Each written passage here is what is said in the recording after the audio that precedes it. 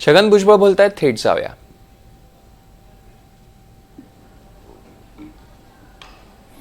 दरम्यान आपण बघतोय की आता ते नेमकी काय भूमिका मांडतायत हे बघणं अत्यंत महत्त्वाचं ठरणार आहे. अगदी आक्रमक भूमिका त्यांनी घेतलेली होती. मध्ये बैठक झालेली आणि तेव्हा सगळ्या ओबीसी नेत्यांनी अशी मागणी केली होती की छगन भुजबळांनी आता आक्रमक भूमिका घ्यावी, विशेषतः ओबीसींच्या बाबतीत. आणि मराठा आरक्षणाबाबत GR काढल्यानंतर आता आपण बघतोय भुजबळांनी देखील आक्रमक पवित्रा घ्यायला सुरुवात केलेली आहे. दुसरीकडे जर आपण बघितलं तर अगदी काही वेळापूर्वी देवेंद्र फडणवीसांनी पत्रकारांशी संवाद साधला आणि त्यावेळेला त्यांनी म्हटलं की ओबीसींनी मोर्चा काढू नये, कारण मराठा समाजाला जो GR काढलाय त्याच्यात कुठेही ओबीसी बांधवांना त्याचा फटका बसणार नाही. मात्र कोणी राजकारणासाठी याचा उपयोग करत असेल तर त्यांनी तसं करू नये असं आवाहन सुद्धा एकीकडे मुख्यमंत्री देवेंद्र फडणवीसांनी केलंय. तर दुसरीकडे आता ह्या सगळ्याबाबत छगन भुजबळ काय बोलतात हे बघणं अत्यंत महत्त्वाचं ठरणार आहे. अगदी काही वेळातच छगन भुजबळ यांची पत्रकार परिषद सुरू होईल. एक वन पेज सांगा. ठीक आहे, झालं का सांगा रे मला. अरे याला द्या रे नवीन आणून.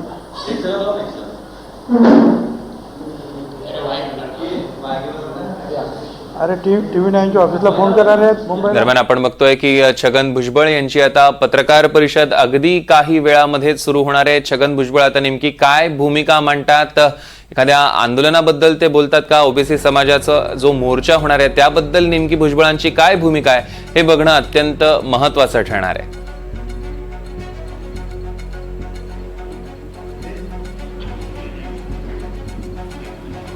आपण जसं बघितलं की काही वेळापूर्वी देवेंद्र फडणवीसांच्या पत्रकार परिषदेमधल्या वक्तव्याचा अर्थ तो रोख नेमका कोणाकडे होता फडणवीसांचा हे देखील बघावं लागणार आहे, कारण त्यानुसार सुद्धा आता राजकीय तर्कवितर्कांना उधाण येत आहे.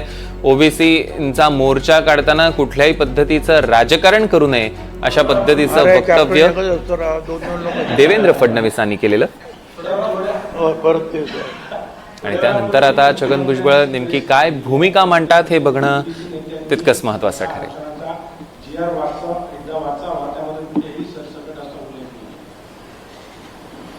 मी मुख्यमंत्री फडणवीस यांचा आदर करतो. त्यांचा हेतू चांगला असेल, त्यांचा अभ्यासही जास्त आहे, परंतु ज्या पद्धतीनं त्याचं ड्राफ्टिंग वगैरे झालेलं आहे याचं अनेक आम्ही माहितगार जे त्यातले विधिज्ञ आहेत, म्हणजे वकील आहेत, त्यांना विचारतो त्यावेळेला त्यांचं हेच म्हणणं आहे की हे फार अडचणीचं होणार आहे. एक तर त्यांनी सरळ सरळ म्हटलेलं आहे, म्हणजे अगोदर एक तुम्ही सगळ्यांनी टीव्हीला आम्ही जे दाखवलं आम्ही ते पाहिलं. पहिला GR त्यांच्या हातात दिला त्यावेळेला एक शब्द होता, मराठा समाजांच्या पात्र व्यक्तींना कुणबी मराठा कुणबी प्रमाणपत्र मिळण्यासाठी काय करायचं असं आहे. तुमच्याकडे सुद्धा एक कॉपी आहे. 1 तासाच्या आत जरांगे यांनी सांगितलं की हा पात्र शब्द काढून आणा आणि दुसरा GR घेऊया. मंत्र्यांना तिथेच बसवलं आणि हा दुसरा GR निघाला, ज्याच्यामध्ये पात्र हा शब्द गेला आणि सरळ लिहिलं मराठा समाजाच्या व्यक्तींना पात्र. मग याच्यातून काय समजायचं. आणि स्वतः जरांगेने सांगितलं मी स्वतः सगळं बरोबर करून घेतलेलं आहे, दुरुस्त करून घेतलेलं आहे. 3 कोटी लोक आता झालेले आहेत, मराठा समाजाचे सगळे कुणबी झालेले आहेत. आणि पुढं असं जे आहे की ते म्हणतात की कुळातील नातेसंबंधातील, नातेवाईक नाही, नातेसंबंध आणि नातेवाईक यात फरक आहे. नातेवाईक म्हटल्यानंतर तो ब्लड रिलेशनमध्ये जातो. नातेसंबंध म्हणजे कोणाचा नातेचा संबंध त्याच्याबरोबर झाला, त्याची पत्नी ती आहे, त्याची पत्नी ती आहे, त्याने काही कुठे पण ते लांबू नातेसंबंध काय हा शब्द आहे. आणि कुणी असं प्रतिज्ञापत्र दिल्यानंतर जर मराठा समाजाला आपण जर ओबीसी ठरवायला लागलो तर ते जे सुप्रीम कोर्टाच्या जे काही आतापर्यंतचे जे काही फाइंडिंग्ज आहेत, आयोगाच्या फाइंडिंग, 4 आयोग ओबीसी समाज, त्यांच्याकडे मराठा समाज गेला, खत्री आयोग, बापट आयोग, सराफ आयोग वगैरे, त्यांनी सांगितलं की मराठा समाजाला देता येणार नाही. गायकवाड आयोगाने सांगितलं की मग द्यावं म्हणून ते सुप्रीम कोर्टापर्यंत गेलं आणि सुप्रीम कोर्टाने जे आहे त्याच्यामध्ये जे निर्णय दिले ते अगदी स्वच्छ आहेत. त्याच्यामध्ये त्यांनी जे म्हटलं की वरच्या जे काही फाइंडिंग्ज आहेत ते सगळं पाहता, in view of the above facts and position the bench finds, bench होतं ते supreme कोर्टाचं, that Maratha is not a socially backward community, but it's a socially advanced and prestigious community. He backward, ही मागास हा समाज नाही, उलट हा पुढारलेला आणि समाजामध्ये दबदबा, prestigious community. And therefore the request for the inclusion of Maratha in the central list of cabinet along with the Kunbi should be rejected. Maratha does not merit inclusion in the central list of backward classes for Maharashtra either jointly, Kunbi or under a separate entity of own. म्हणजे स्वतःचा मराठा म्हणून सुद्धा, मराठा कुणबी म्हणून सुद्धा ते यात येऊ शकत नाहीत. पुढे त्यांनी जे आणखी जे काही 2-3 मला फक्त वाचून दाखवतो मी, कारण काय बाकीचं तर अनेक हे झालेलं आहे आपलं. त्याच्यात म्हटलेलं आहे परत, we have noted that 3 national backward classes commissions and 3 state backward classes commission consider the claim of Maratha community to be included in other backward class community, but all commissions rejected such claims. Rather, they were held to be belonging to a forward community. जे 3 आयोगाने ते आणि सगळं ते फेटाळलेलं आहे. The first National Backward Classes Commission 30th March 1955, Kaka Kalelkar Commission did not include Maratha community in the list of backward. ठीक आहे. पुढे म्हणजे कालेलकर कमिशनने सुद्धा कधी 55 सालापासून सांगितलं की हे नाही म्हणून. पुढे ते म्हणतात supreme court, despite there belongs to many chief ministers and the important minister in the state, some of whom also become important minister in the center. None of them got or moved to get the Maratha included in the list of BCs is eloquent testimony not only for the fact that Maratha are not a backward class, but also of the wisdom and the objectivity of their chief minister. Maratha समाजातले अनेक chief minister झाले, काही त्यातले जे केंद्रात गेले, पण त्यांनी सुद्धा मराठा समाजाला बॅकवर्ड ठरवलं नाही. हे त्यांचं जे आहे शहाणपण आहे आणि त्यांचं जे प्रामाणिकपणा आहे. पुढे असं आता बघा, आता जे चाललंय ना त्याच्या संदर्भामध्ये बघा काय म्हणतात. Backward castes unfortunately resort to seeking and securing fake caste certificate, and in this context of well-known qualities of India's administrative system. त्यांनी असं म्हटलं, दुर्दैव आहे बॅकवर्ड क्लासेस जे आहे ही सर्टिफिकेट जे आहेत, कास्ट सर्टिफिकेट, ही खोटी सर्टिफिकेट मिळवली जातात काय. आणि त्याच्यात त्यांनी पुढे म्हटलंय, आपल्या देशामध्ये ज्या काही ह्या प्रशासकीय क्वालिटीज आहेत, सिस्टीम आहे, त्याची परिणिती काय आहे ते आपण सगळी ठिकाणी म्हणजे ओव्हरऑल आपली जी सिस्टीम ज्या पद्धतीने काम करते विचित्र पद्धतीने त्याचा हा भाग आहे. मी दुसरा शब्द वापरत नाही, ते कळलं असेल तुम्हाला. Elements are not rare which entertain and request and deliberative issue false caste certificate म्हणजे मुद्दाम ते दिले जातात, जाणून दिले. This means like different forms of corruption, हे वेगळं एक करप्शन आहे, has become more and more threatening, ते घातक होत चाललेले आहेत. In certain advice the commission has advise the central and state government how this menace could be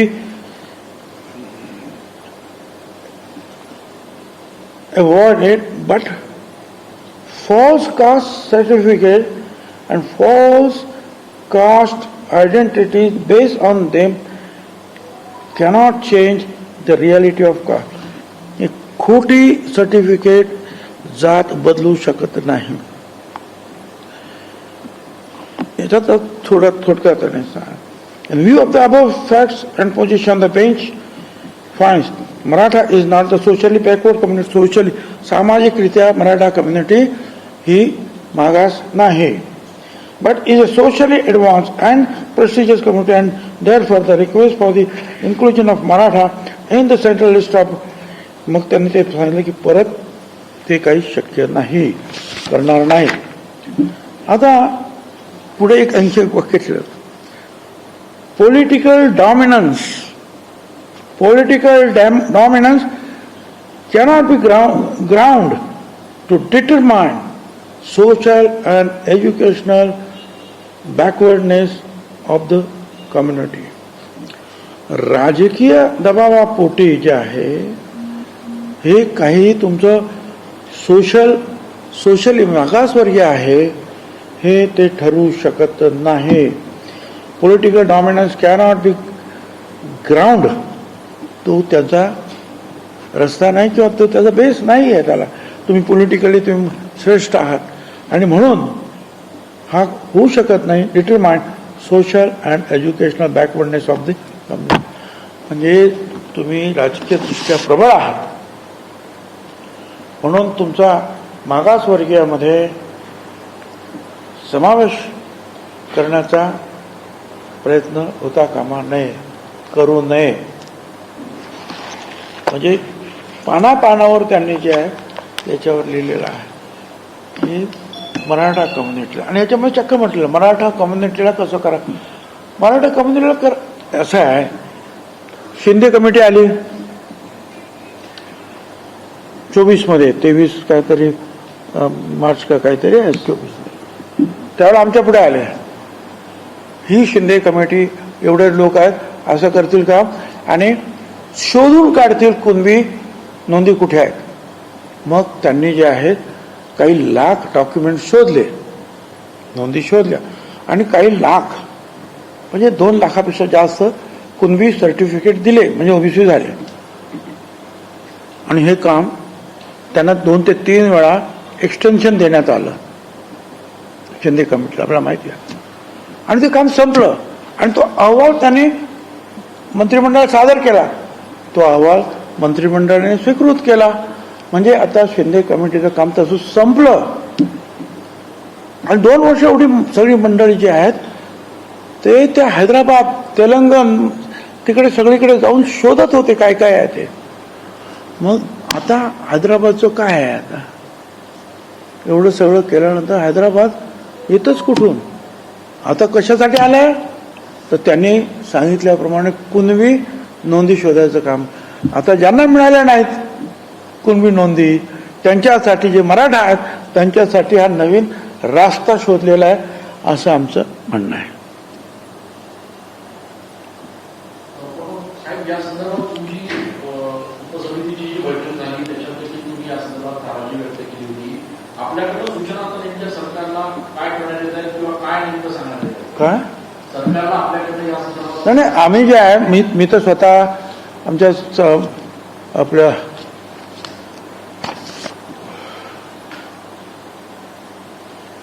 आम्ही त्यांना ते पत्र दिलेलं आहे का त्याला ते वकिलांनी टाईप केलेलं इंग्रजी आहे, ते सगळं वाचत बसण्यापेक्षा त्यात आम्ही म्हटलेलं आहे की तुम्ही ज्या हा 2 सप्टेंबरला GR काढलेला आहे शासन निर्णय, ते मराठा समाजासाठी वगैरे वगैरे, तर हा निर्णय घ्यायच्या अगोदर माध्यमामध्ये आलेल्या बातम्या आणि तत्कालीन जी परिस्थिती पाहता घाईघाईत एका समाजाच्या दबावाखाली मंत्रिमंडळासमोर न ठेवता, हरकती व सूचना न मागवता, शिवाय इतर मागासवर्गीय समाजाच्या विरोधाकडे दुर्लक्ष करून हा शासन निर्णय काढण्यात आलेला आहे. हा एक मुद्दा मांडला. सद्यस्थितीत ओबीसी घटकात 350 अधिक जातीचा समावेश आहे, त्यामुळे त्या सगळ्यांवर त्याच्यामुळे त्यांच्या हक्कावर गदा येईल. या शासन निर्णयात मराठा समाजा शब्द प्रयोग केला आहे. प्रत्यक्षात कुणबी व मराठा 2 भिन्न जाती आहेत हे महाराष्ट्र शासनानं मान्य केलेलं आहे. कुणबींना ओबीसी तर मराठा समाजाला सामाजिक व शैक्षणिक दृष्ट्या मागासवर्गीय SC-BC म्हणून शिक्षण आणि नोकरीत 10% आरक्षण दिलेले आहे.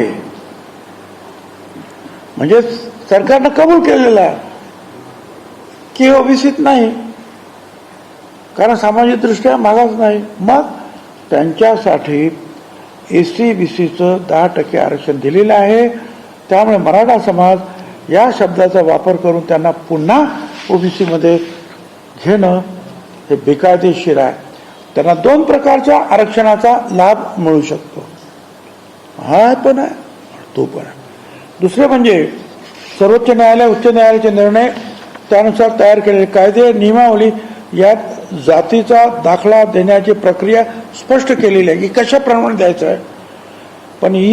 पण या शासन निर्णयाने मराठा समाजासाठी स्वतंत्र वेगळी प्रक्रिया ठरवली आहे, जी ओबीसी आणि इतर जातीशी भेदभाव करणारी आहे. या देशातील या जाती कशा ठरवायच्या, कशाला कसं सामील करायचं कुठल्या गटात, त्याची एक प्रक्रिया ठरवून दिलेली आहे. ते सगळं बाजूला ठेवलं, तुम्ही नवीनच काढलं. हा शासन निर्णय जो आहे अत्यंत संदिग्ध, संभ्रम निर्माण करणारा आहे. हैदराबाद गॅझेटेड नोंदीच्या आधारे जात प्रमाण देण्याचा उद्देश आधीच 18/7/24च्या अधिसूचनेने शिंदे समितीच्या शिफारशीनुसार साध्य झालेला आहे. शिंदे समितीने 47,845 नोंदीचा अभ्यास करून 2,39,021 जात प्रमाणपत्र दिले आहेत. त्यामुळे पुन्हा शासन निर्णय काढण्याची गरज नाही. जात प्रमाणपत्र हे जातीला दिले जाते, समाजाला नाही. कुणबी जातीसाठी स्वतंत्र सवलत देणे इतर ओबीसी जातीशी भेदभाव करणार आहे. शासन निर्णयानुसार ग्रामपातळीवर समिती सक्षम प्राधिकाऱ्याला मदत करणार आहे. मात्र हे स्पष्ट केले नाही की ही समिती कोणत्या चौकटीत काम करेल. 2 शपथपत्राच्या आधारे चौकशी होणार. अर्जदाराने दिलेले शपथपत्र पूर्वज 13 ऑक्टोबर 67 रोजी तिथे राहत होते. त्यांच्याकडे जमीन नाही. त्याच गावातील कुळातील अशा व्यक्तीचे शपथपत्र ज्याला कुणबी जात प्रमाणपत्र मिळालेले आहे, यावरून चौकशी करून जात प्रमाणपत्र दिले जाईल. पण अशा शपथपत्रावर आधारित चौकशी वैध ठरू शकत नाही. शिवाय 2012ला हे नियम केलेले आहेत, काय वैध आणि काय अवैध आहेत. हा घटक ठरवताना, जाती ठरवताना 2012च्या या नियमाशी याचा काय संबंध आहे हेही स्पष्ट होत नाही.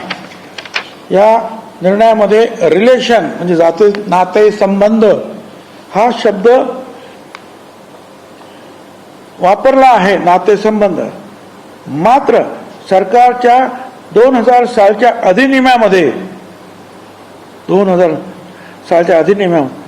रिलेटिव्ह नातेवाईक याची व्याख्या स्पष्ट करण्यात आलेली आहे. रिलेटिव्ह म्हणजे काय, नातेवाईक म्हणजे काय, इथे हा शब्द नाही वापरला. काय वापरला, रिलेशन. आणि मग हा नातेसंबंध रिलेशन हा अतिशय अस्पष्ट, त्यात पितृकुळ, मातृकुळ, दत्तक ह्या सर्वांचा समावेश होऊ शकतो. त्यामुळे दूरच्या शेकडो लोकांच्या शपथपत्राच्या आधारे जात निश्चित केले जाऊ शकते, हे धोकादायक आहे. तसेच कुळ या शब्दाचा उल्लेख देखील केलेला आहे, परंतु कुळ या शब्दाची कोणतीही स्पष्ट व्याख्या नाही, त्यामुळे गोंधळ वाढणार. केवळ शपथपत्राच्या आधारे जातीचा निर्णय घेणे हे भारतात कुठेही मान्य नाही. आरक्षणासारख्या संवैधानिक विषयावर अशा प्रक्रियेचा अवलंब करणे धोकादायक आहे. आणि म्हणून त्या सगळ्याचा विचार करून 2/9/25चा निर्णय जो आहे याच्यातली संदिग्धता दूर करावी किंवा मागे घ्यावा, अन्यथा राज्यामध्ये तणाव आणि अराजकता निर्माण होण्याची शक्यता आहे. हे पत्र आम्ही काल त्यांना दिलेलं आहे. पण साहेब, या संदर्भात आपण न्यायालयाच्या दरवाजेवर देखील बोलणार आहात का? न्यायालयात या संदर्भात जाणार आहात का? काय भूमिका असणार आहे कोर्टाच्या पातळीवर?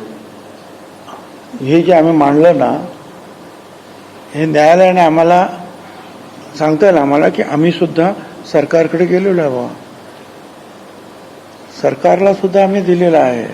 असं नाही की डायरेक्ट तुमच्याकडे आलो, आम्ही सरकारला सुद्धा विचारलेलं आहे, सरकारला सुद्धा सावध केलेलं आहे की याच्यामुळे काय होऊ शकतं ते.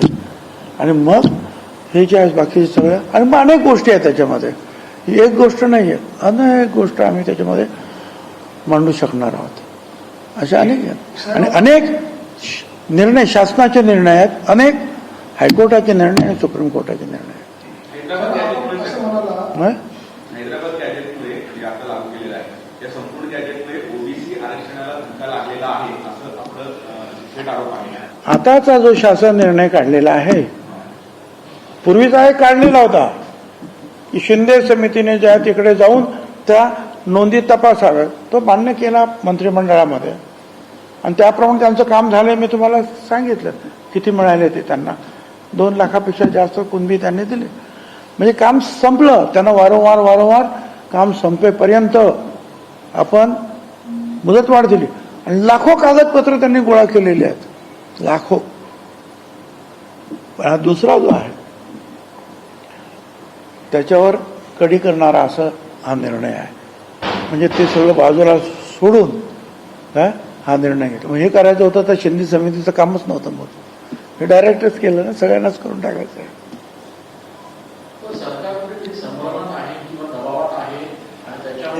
हे आता तुम्ही मला विचारू नका, मी तुम्हाला असं म्हटलेलं आहे इथे, त्यांना पाठवलेल्या पत्रात, माध्यमात आलेल्या बातम्या आणि तत्कालीन परिस्थितीवर घाईघाईत एका समाजाच्या दबावाखाली मंत्रिमंडळासमोर न ठेवता, हरकती सूचना न मागवता, इतर मागासवर्गीयांचा विरोध त्याच्याकडे दुर्लक्ष करून हा निर्णय, हे म्हटलेलं त्याला मी त्याच्यावर सही केलेली आहे.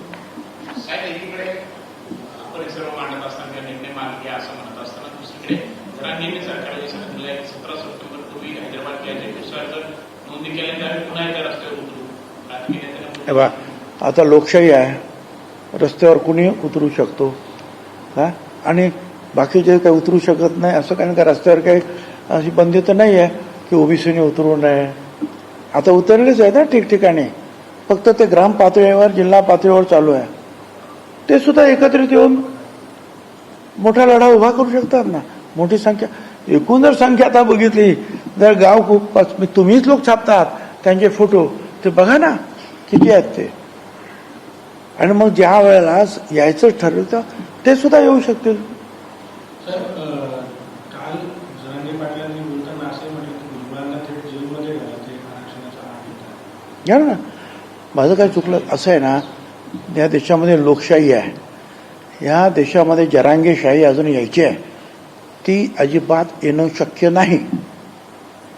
बाकीच्या राज्यांमध्ये, देशांमध्ये आजूबाजूला गडबड होते, परंतु बाबासाहेब आंबेडकरांचं संविधान एवढं मजबूत आहे की त्यांनी आपल्या अनेक राज्यांना, अनेक भाषांना, अनेक जातींना, अनेक धर्मांना एकत्रित बांधून ठेवून ही लोकशाही जी आहे आतापर्यंत जपलेली आहे.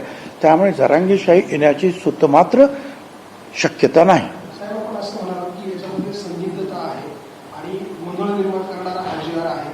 अन्याय करणारा आहे, ओबीसी समाजावर अन्याय करणारा आहे. हा गोंधळ कोण निर्माण करतोय आणि ओबीसीवर हा अन्याय निर्माण कोण करतोय? आता ज्यांनी केली ती जी काही समिती वगैरे केलेली होती ना त्यांनी, काल आम्ही त्यांना विचारलं, म्हणजे मी विचारण्यापेक्षा काल बावनकुळेनेच विचारलं मिटिंगमध्ये, ते जे सेक्रेटरी होते डिपार्टमेंटचे, आणि त्यांना की तुम्ही याच्याकडे फाईल आहे का तुमच्याकडे, हे जे काही काढलं, तुम्ही हे शब्द काढायचे घालायचे, तुम्ही लॉ ज्युडिशरीला म्हणजे विधी न्याय खात्याला विचारले होतं का?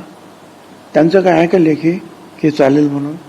नाही, काही नाही.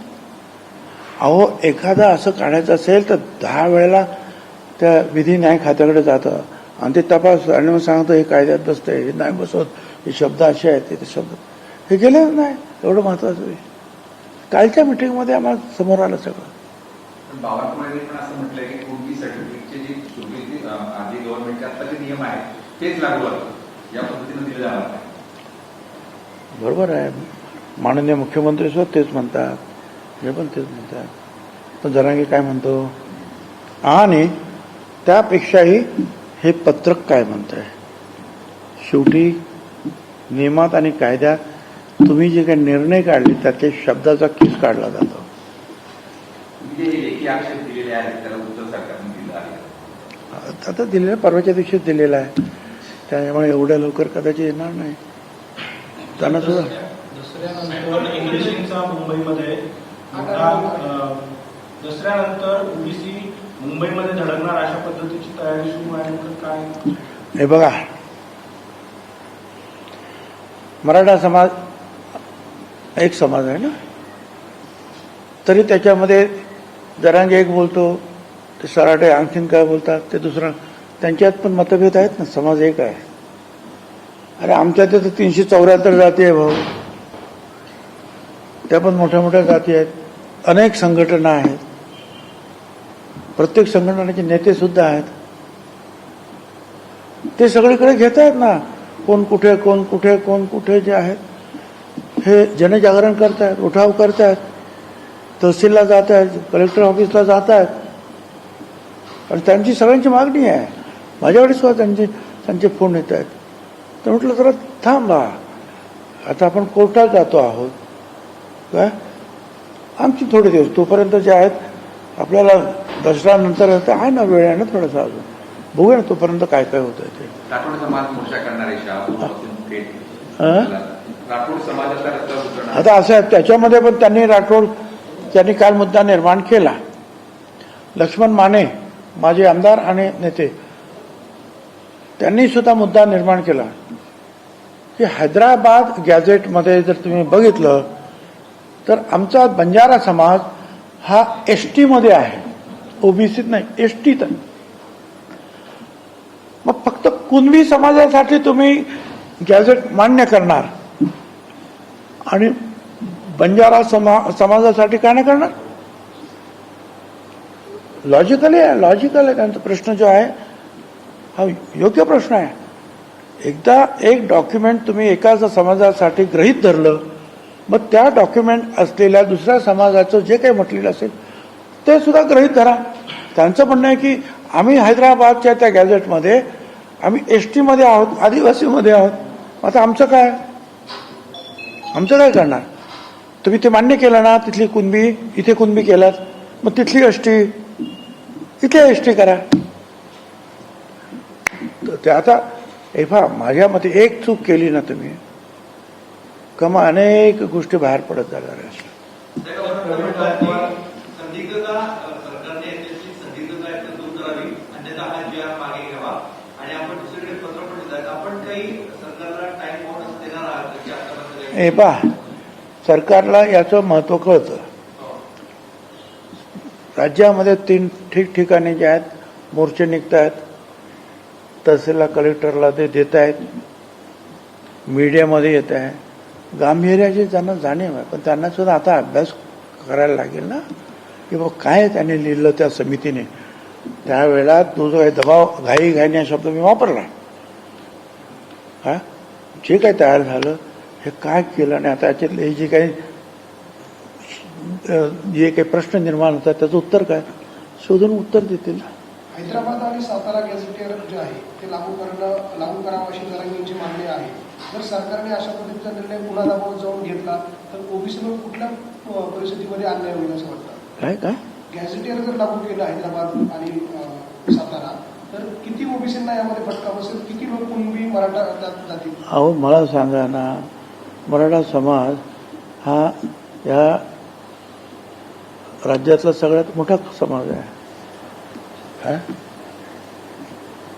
आता मला सांगा, माझ्याकडे एवढ्या खुर्चीवर तुम्ही बसलेले आहेत, आता आणखीन 20 लोक इथे येऊन बसले आणि ते म्हणजे आम्हाला बसायचं तर तुम्हाला उठावं लागेल राव, तुमच्या काही खुर्च्या जातील.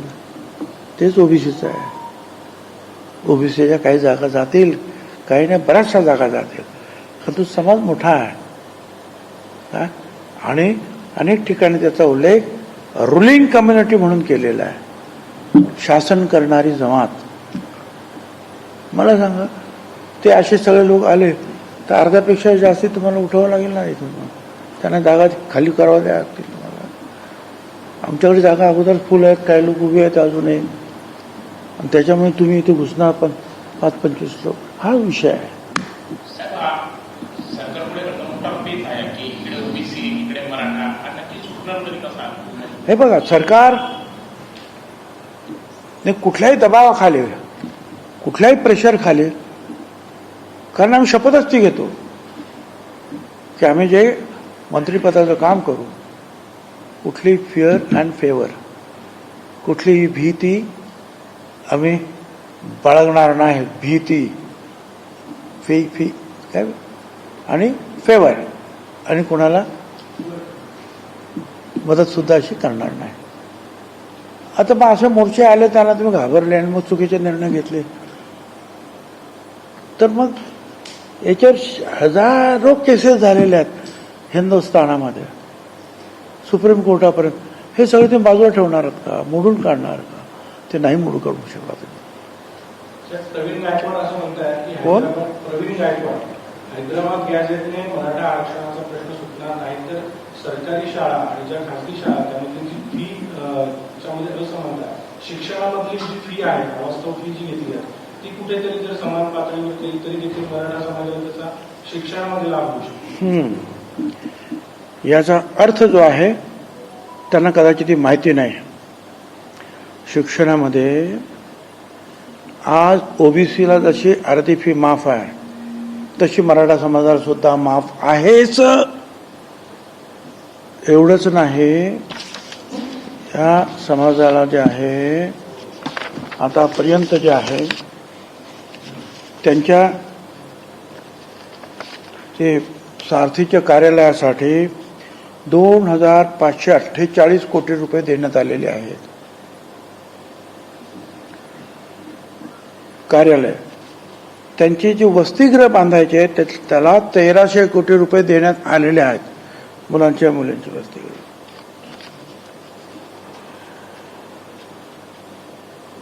ज्या मुलांना काही उद्योग करायचा आहे त्यांना महामंडळातर्फे थेट कर्ज, जे अण्णासाहेब पाटील महामंडळ थेट कर्ज 1,248 कोटी रुपये देण्यात आलेले आहेत. आणि बँकाकडून त्यांना मदत करून जे कर्ज वितरित केले आहे ते आहे 12,600 कोटी रुपये. आणि आणखीन बरेच आहे, ते मी तुम्हाला महत्वाचं आहे. म्हणजे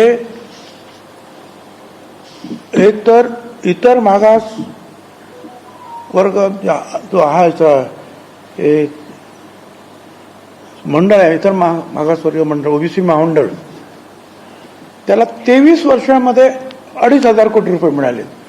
3 वर्षामध्ये 25,000 कोटी रुपये ह्या एकाच कम्युनिटीला मिळाले. आपल्या तुम्ही नाशिकच्या मेरीमध्ये 2 तयार झालेल्या इमारती त्यांच्या मुलांमुलींच्या वसतिगृहासाठी दिल्या. आम्हाला अजून जागा मिळत नाही. अशा राज्यातील सर्व ठिकाणी कार्यालय आणि वसतिगृहासाठी त्यांना मोफत जागा देण्यात आल्या. ओबीसी महाज्योतीकडे पैसे मागतात प्रत्येकजण. किती पैसे दिले आम्हाला? म्हणून मग काल त्यांना बोलवण्यात आलं, फायनान्स सेक्रेटरीला समितीने बोलवा त्यांना विचारलं, हे काय बाबा, ते मागचं जाऊ द्या, फक्त याच वर्षी जे बजेटमध्ये सांगितलं काय झालंय, तर या वर्षी बजेटमध्ये जे आहे मराठा समाजाला 602,44 लाख पैसे सांगितले. सगळे पैसे मिळाले. आनंद, मला त्याचा विरोध नाही आहे. आता या महाज्योतीचे मागच्यापासूनचे पैसे शिल्लक आहेत.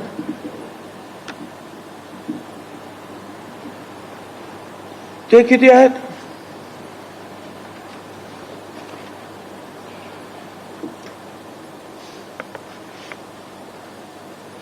₹895 कोटी मागितले.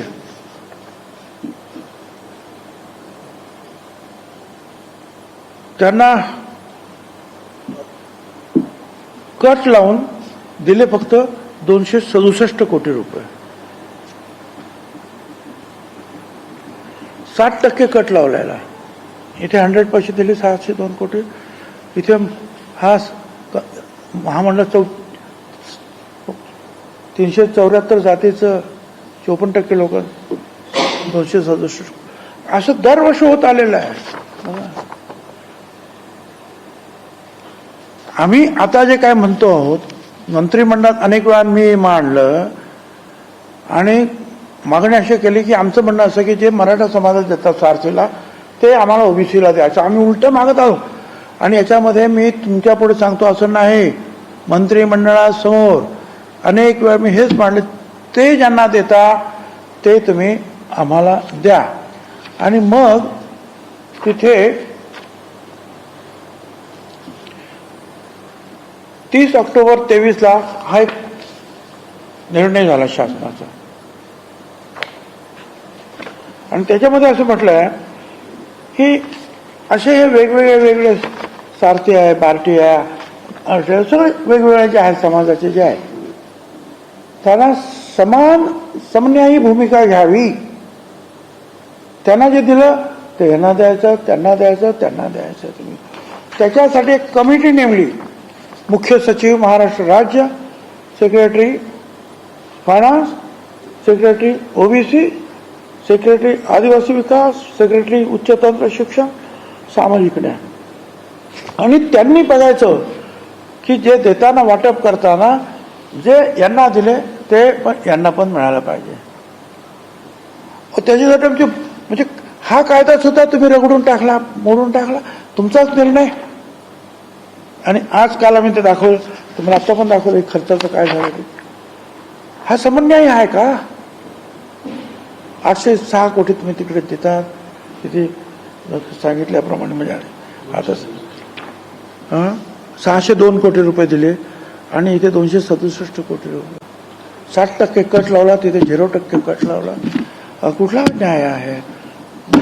हे कुठे गेलं? काल आम्ही विचारलं, ते सेक्रेटरी होते ना अर्थ, त्यांना सुद्धा विचारले काय आहे हे. फक्त या वर्षाचं मी इतर मागास वाचून दाखवलं ते वेगळं आहे.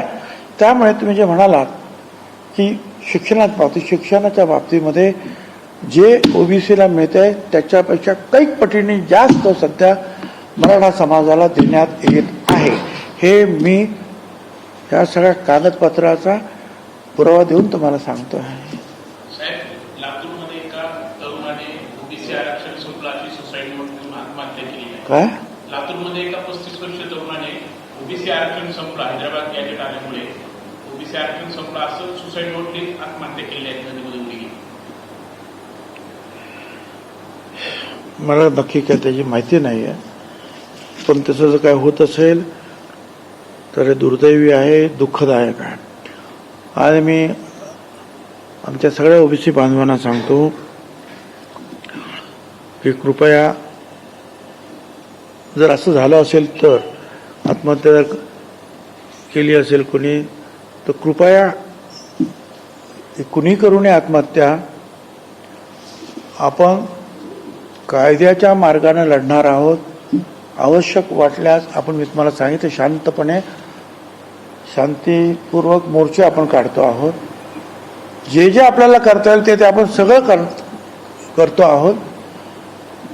आणि आम्हाला खात्री आहे की आम्ही आमच्या प्रयत्नामध्ये आम्हाला यश मिळेल. त्यामुळे कोणीही हे अशा आत्महत्या वगैरे न करता आपण ह्या आमच्या मोर्चांमध्ये, आमच्या ह्या आंदोलनामध्ये सामील व्हा तुम्ही. असा धीर सोडायचा नाही. आम्ही आहोत ना इथे बसलेलो, लढतो ना आम्ही. जरांगेंनी आज पुन्हा एकदा टीका केली आहे तुमच्यावर. जरांगेंनी आज तुमच्यावर पुन्हा एकदा टीका केली आहे. कोणी जरी आलं तरी GR बदलू शकत नाही असं त्यांनी म्हटलेलं आहे. आणि आता GRचं रक्षण करण्याची जबाबदारी पण सरकारचीच आहे असं पण ते म्हटलेलं आहे. त्यामुळे कोणी ते बदलू शकत नाही म्हणून म्हटलं ना बाबा, अजून जरांगेशाही यायची आहे. अजून सुप्रीम कोर्टामध्ये पण ती लागू व्हायची आहे. ते अजून नाही ना. ते अजून ह्या खालच्याच कोर्टात आहे, मॅजिस्ट्रेट कोर्टात, तर तिकडे कुठे जाईल ते. त्यामुळे बघू आम्ही काय करायचं ते. तुमच्या मागणीनुसार जर या शासन आदेशामध्ये बदल झाले नाही किंवा कुणबी समाजाला आरक्षण देण्यास आमचा विरोध नाही. कुणबी समाजाला आरक्षण देण्यास आमचा विरोध नाही. मराठा समाजाला स्वतंत्र आरक्षण देण्यास आमचा विरोध नाही. मराठा समाजाला स्वतंत्र आरक्षण द्यायला आमचा आग्रह आहे आणि त्याप्रमाणे तो 10% त्यांना दिलेला आहे. पुढे जो जी आर काढण्यात आला त्याच्यामध्ये शब्द बदलण्यात आले. सुरुवातीला पात्र म्हटलं गेलं, नंतर थेट मराठा समाजाच्या शब्दाचा उल्लेख केला. खरं तर अत्यंत गंभीर स्वरूपाची ही बाब आहे. सुरुवातीला वेगळं करण्यात आलं, नंतर त्यांच्या मागणीनुसार ते बदलण्यात आलं. सरकार कोणाच्या दबावाखाली हे सगळं करायला लागलं? आता एक तुम्ही बघितलं नाही का, त्या दिवशी जो मुंबईमध्ये 4 दिवस जे अख्ख्या जनतेला वेठीस झाडण्यात आलं होतं, काय चाललं होतं? ट्रॅफिक बंद, सगळं बंद. तिथली बस सर्व्हिस बंद झाली. काय काय झालंय तुम्हीच दाखवलं ना राव. आणि हा पात्र शब्द तुम्हाला काय नडला? तो शब्द सुद्धा नको. एवढी तुम्हाला क्लॅरिटी पाहिजे की ह्या समाजाला डायरेक्ट देऊन टाका.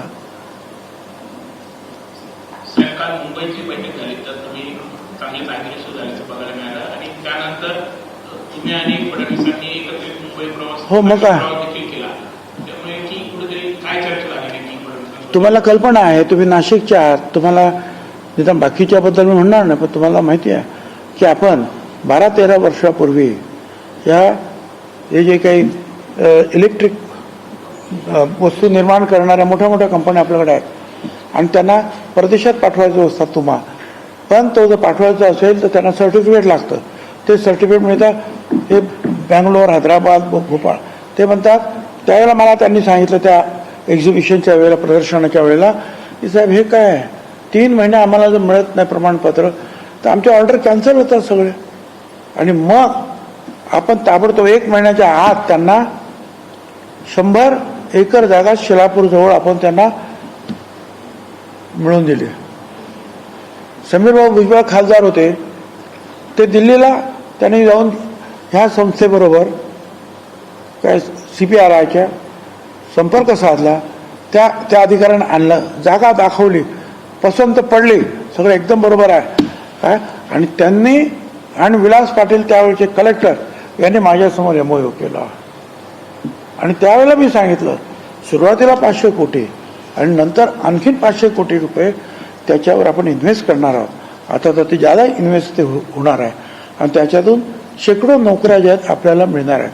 आणि म्हणून त्याचं उद्घाटन काल होतं ते मी स्वतः मनोहरलाल खट्टर साहेब जे मंत्री आहेत ऊर्जा खात्याचे, दिल्लीमध्ये त्यांना पत्र पाठवलं होतं.